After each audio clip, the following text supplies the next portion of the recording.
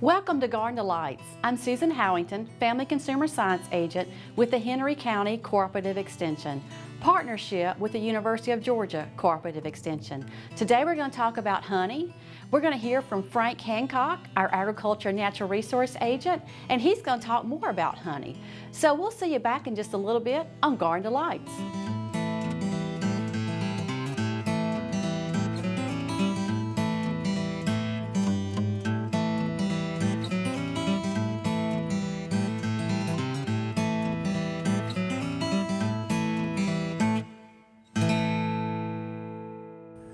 Okay, today we're out here with Richard Upchurch and we're going to talk a little bit about honeybees. Honeybees, they play an important role in pollinating our gardens and our crops in general. We've had a decline in the number of honeybees for a number of reasons. Today we're going to concentrate on what honeybees do through the winter and how they need to be taken care of through the winter so that they don't starve to death through the winter and even cause more decline. So feeding them is something that the beekeeper has a little bit of control over. So we're going to let Richard tell us. This particular hive we got, Richard, it came from where? Came from Savannah, Georgia. Miss Melinda Hartfield obtained a grant, and the company from Savannah came over and put an observation hive down at Unity Grove Elementary. And the way the observation hive is configured, they got a little crowded before anybody knew it, and they swarmed. And when that happened, they called me down to come and get them. And this was in late September. Honeybees don't normally swarm that late in the year. So I haven't been inside, but we're going to go inside the hive and see what's going on, and hopefully they've been busy and working hard and I won't have to feed them too much. So let's see what's going to happen, okay? Okay. We're going to smoke them again. I've already smoked them one time. What does the smoke do for them? Smoke calms them down. It causes them to gorge a little on honey in case they were to have to leave and set up housekeeping someplace else. So we're going to set the top over here, and this is to get it above the feeders. And this is a point that I would like to stress for the beekeepers that are having to feed their honeybees. I cut out a piece of plywood here, slide it down here against the jar lid, lift the jar up real careful and slide it over to cover up the hole, and they never know I'm here. I don't even have to put on a suit when I come out to feed them, and I think a lot of beekeepers would like to have that idea, and if they would like it, all they got to do is check with me, and we'll make sure that they got what they need. So this is the way it makes it easy for me to do it. Now we're going to put my veil on in case, and Mr. Hancock is going to move over. All right. And I don't know what kind of temperament they have, but we're fixing to see.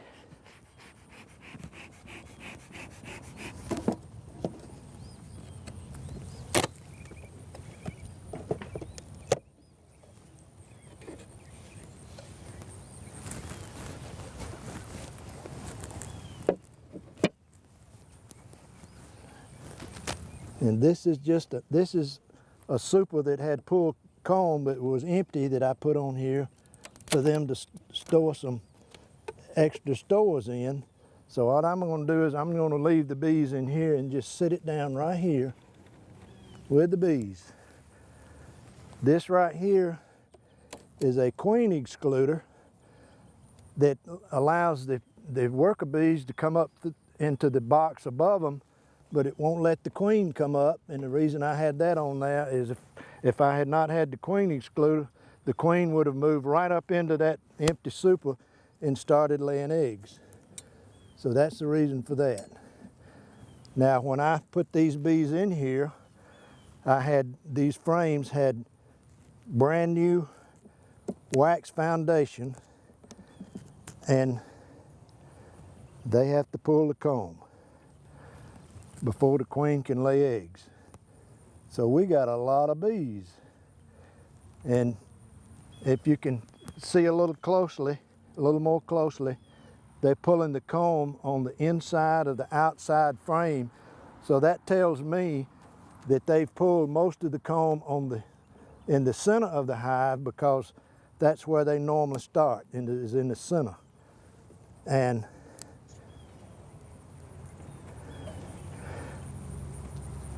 I'm going to need to put another box on top because they're getting crowded, and they just might swarm again.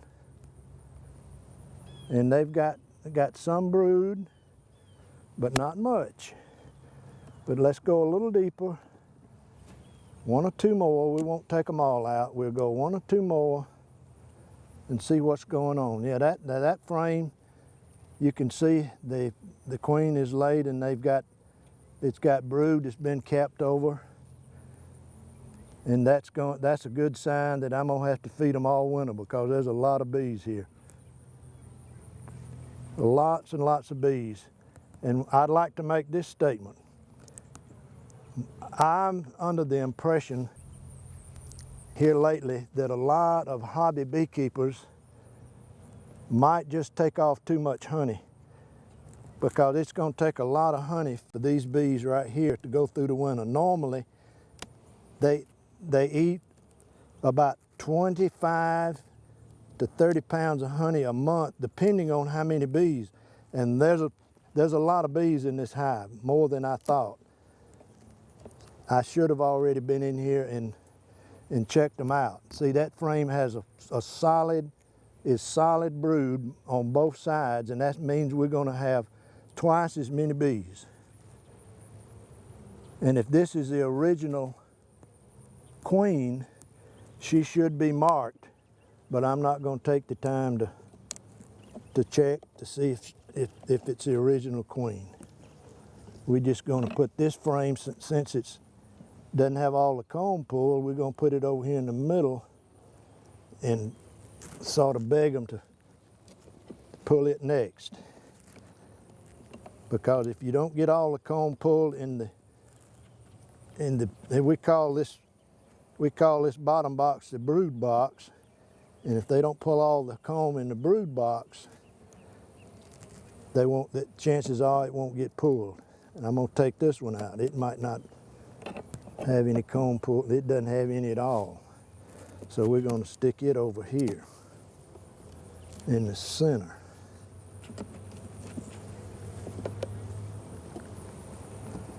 Hopefully they will. That'll give them a little better place to cluster up.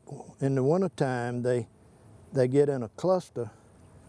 They kick their wings out of gear and work their wing muscles, and that's the way they generate heat to stay warm. And they're gonna need this space in the middle in order to cluster up a little easier. So we're gonna put that one in there. So they're not looking too bad. Let's put the queen excluder back on.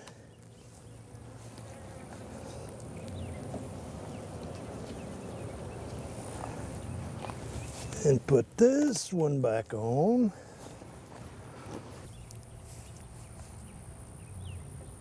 Now we'll probably put some pollen substitute on top of this super right here. We call the boxes supers. And what we're going to do now is we're going to lift the hood off, and I'm going to fill up 2 jars, one with sugar water and one with honey. I'm going to hand me those jars out of that one over there. I got 2 clean ones I want to use.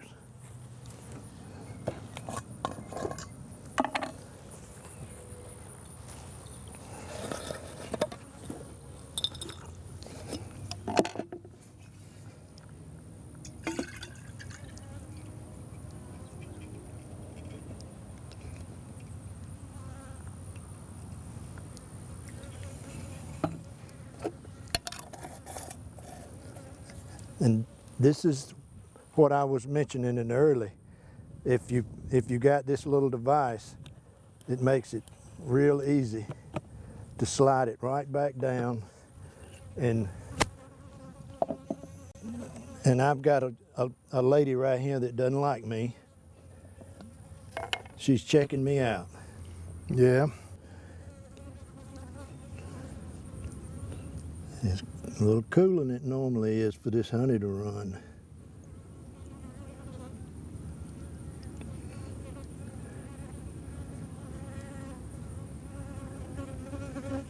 I might mention something we haven't mentioned before, that the honeybees, after they first hatch, they have certain duties that they have to perform inside the hive before they go out to collect pollen and nectar. And one of them is guarding the hive. And that was probably one of the guard bees that was buzzing me a minute ago, checking me out to see what's going on. They're really, really a lot smarter than we give them credit. I don't think we'll ever figure out exactly why they do everything that they do. But I guess we'll keep trying. We're going to close them back up, and I'll check them again maybe in about 2 weeks, and check them again about 2 weeks, and make some changes if I need to, and where the frames are placed to where they'll have room to move up. Okay. That's the way they do it. That's the way they do it. All right. Fascinating insects. They are fascinating. They are. And I think now we're ready to go back inside and see what Susan's fixing in the kitchen.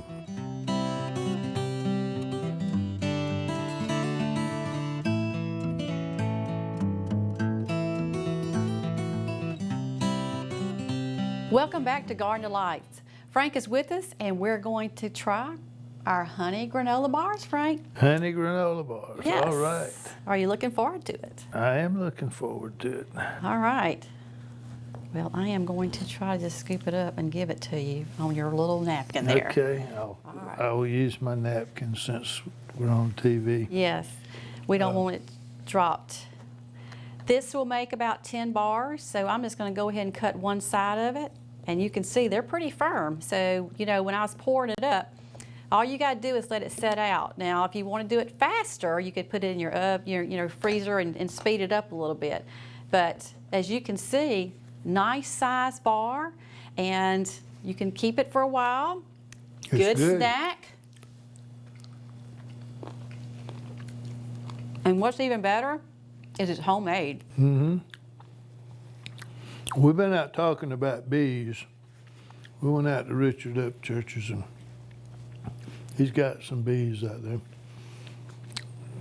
A lot of talk about honeybee decline, so we kind of talked about what they can do, what people who are keeping bees can do to not rob all the honey off of them and give them enough to eat to make it through the winter.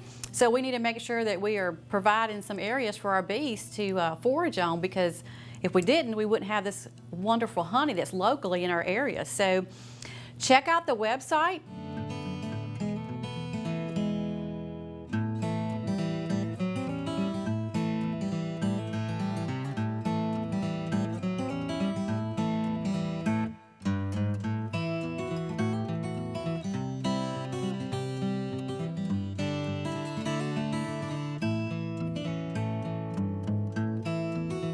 And you will find this recipe.